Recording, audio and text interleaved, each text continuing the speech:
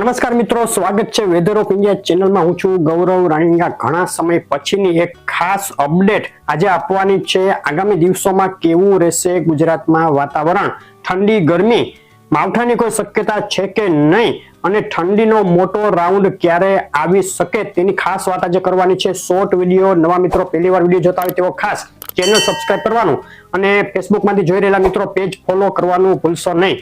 આપણે દિવાળી પહેલા જે અપડેટ આપી હતી તેમાં એક વાત કરી હતી કે ઠંડી માટે નવેમ્બર એન્ડ સુધી રાહ જોવી પડશે. તો તે મુજબ હજુ સુધી ઠંડીનો કોઈ રાઉન્ડ આવ્યો નથી. ધીમે ધીમે તાપમાનમાં ઘટાડો થઈ રહ્યો છે, પરંતુ જેને કડકડતી ઠંડી કહી શકીએ તે હજુ પડી નથી. હજુ આગામી થોડા દિવસ પણ આ રીતનું જ વાતાવરણ રહી શકે. જે દિવસનું મહત્તમ તાપમાન છે તે 30 થી 33-34 ડિગ્રીની રેન્જમાં, અને સવારનું જે તાપમાન છે તે હજુ 10 ડિગ્રીની ઉપર જ, એટલે કે 12-13 ડિગ્રીથી લઈ અને 16 ડિગ્રીની રેન્જમાં રહેશે. જે અંતરિયાળ વિસ્તારો છે, મધ્ય ગુજરાત, ઉત્તર પૂર્વ ગુજરાત, કચ્છ અને મધ્ય સૌરાષ્ટ્ર, આ વિસ્તારોમાં, કાંઠા વિસ્તારોમાં તાપમાન થોડું વધુ જ રહેશે. ત્યારબાદની વાત કરીએ આપણે તો એક વેસ્ટર્ન ડિસ્ટર્બન્સ 24, 25, 26 તારીખમાં ઉત્તર ભારતમાંથી પસાર થઈ શકે, જેની પણ ખાસ કોઈ અસર ગુજરાત ઉપર થાય તેવું નથી લાગતું. અને ત્યારબાદના નવેમ્બરના છેલ્લા દિવસોમાં ઠંડીનો એક રાઉન્ડ આવી શકે છે ગુજરાતમાં.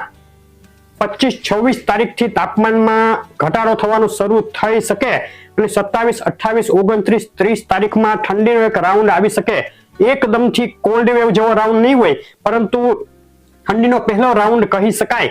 ઉત્તર ગુજરાત, ઉત્તર પૂર્વ ગુજરાત, મધ્ય ગુજરાત, કચ્છ અને સૌરાષ્ટ્રના અમુક વિસ્તારોમાં તાપમાનનો પારો 10 થી 12 ડિગ્રી સુધી ગબડી શકે છે આ દિવસોમાં, એટલે કે નવેમ્બરના છેલ્લા દિવસોમાં.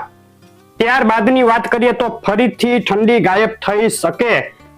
ડિસેમ્બરની શરૂઆતથી ફરીથી તાપમાનમાં થોડો વધારો થઈ શકે, જે હાલ આગોતરા એંધાણ તરીકે ગણવું, કારણ કે તેમાં ઘણા બધા પેરામીટરો કામ કરશે, તો તેમાં ફેરફાર થઈ શકે. માવઠાની વાત રહી લે તો જે આગામી દિવસોમાં 7 દિવસોમાં, એટલે કે 25-26 તારીખ સુધી ગુજરાતમાં માવઠાની શક્યતાઓ નથી. ત્યારબાદની વાત કરીએ તો બંગાળની ખાડીમાં નવેમ્બરના છેલ્લા દિવસોમાં, એટલે કે 27-28 નવેમ્બર આસપાસ એક સિસ્ટમ બની શકે. ડિપ્રેશન સિસ્ટમ બનવાની શક્યતા ગણી શકાય શ્રીલંકા અને તમિલનાડુ પાસે. ને આ સિસ્ટમ થોડી મજબૂત થઈ તમિલનાડુ કાંઠો પાર કરી અને અરબ સાગરમાં 1-2 ડિસેમ્બરે આવી શકે. હાલ હજુ ઘણું આઘું છે, એક આગોતરા એંધાણ જેવું ગણવું. આ સિસ્ટમ કેટલી મજબૂત થાય છે તેના ઉપર આધાર રહેશે. અરબ સાગરમાં આવી અને ફરીથી મજબૂત થાય છે કે નહીં તે જોવાનું રહેશે, ને લગભગ પશ્ચિમ દિશા તરફ ગતિ કરશે. આ સિસ્ટમને લઈ ગુજરાતના વાતાવરણમાં થોડો ફેરફાર થઈ શકે છે, અને સાથે જ આ તારીખોમાં એક વેસ્ટર્ન ડિસ્ટર્બન્સ પણ આવી શકે ડિસેમ્બર મહિનાની શરૂઆતમાં. આ બંને સિસ્ટમોને લઈ અને 1, 2, 3, 4 આ ડિસેમ્બરની તારીખોમાં ગુજરાતમાં વાતાવરણમાં ફેરફાર થાય. છાંટછૂટ હળવા માવઠાની શક્યતા અમુક સ્થળે ગણી શકાય. હાલ આગોતરા એંધાણ તરીકે ગણવું. સિસ્ટમ કયા વિસ્તારમાં બને, કેટલી મજબૂત થાય અને અરબ સાગરમાં આવે કે નહીં તેના ઉપર આધાર રહેશે આ માવઠાનો. આપણને હાલ શક્યતા થોડી ઓછી લાગી રહી છે કે આ સિસ્ટમને લઈ અને ગુજરાતમાં કોઈ મોટું માવઠું થાય તેવી, પરંતુ એક છાંટછૂટ હળવા માવઠાની તૈયારી રાખવી આ તારીખોમાં. ત્યારબાદની વાત કરીએ તો ત્યારબાદ ફરીથી વાતાવરણ ચોખ્ખું થતું જશે, અને મધ્ય ડિસેમ્બર, એટલે કે 14-15 ડિસેમ્બર આસપાસ એક મોટું વેસ્ટર્ન ડિસ્ટર્બન્સ આવી શકે છે ઉત્તર ભારતમાં. ઘણું આઘું છે, આગોતરું એંધાણ ગણવું, તેમાં તારીખોમાં ફેરફાર થઈ શકે. આ વેસ્ટર્ન ડિસ્ટર્બન્સ કેટલું નીચે રહે તેના ઉપર ગુજરાતમાં વાતાવરણમાં ફેરફારનો આધાર રહેશે. જો આ વેસ્ટર્ન ડિસ્ટર્બન્સ નીચું રહેશે તો મધ્ય ડિસેમ્બર 13 થી 18 ડિસેમ્બર વચ્ચે પણ એક હળવું માવઠું શક્ય. આગળ શું ફેરફાર થાય છે તેની અપડેટ આપવામાં આવશે. 50% શક્યતા આ માવઠાની ગણવી.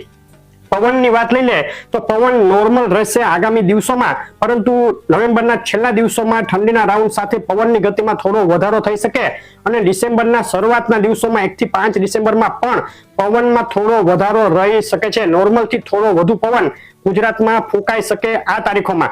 તો મિત્રો, આ હતી આગામી દિવસોના જે કઈ માવઠાની શક્યતાઓ છે તેની વાત. હજુ આગોતરા એંધાણમાં ગણવું, આગળ શું ફેરફાર થાય છે તે મુજબ તેમાં અપડેટ આપવામાં આવશે.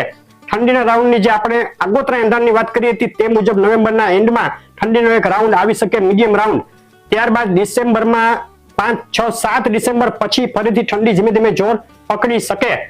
આગળની અપડેટો માટે વિડીયો લાઈક શેર કરી અને ચેનલ સબસ્ક્રાઇબ કરવાનું અને ફેસબુકના મિત્રો પેજ ફોલો કરવાનું ભૂલશો નહીં. આભાર.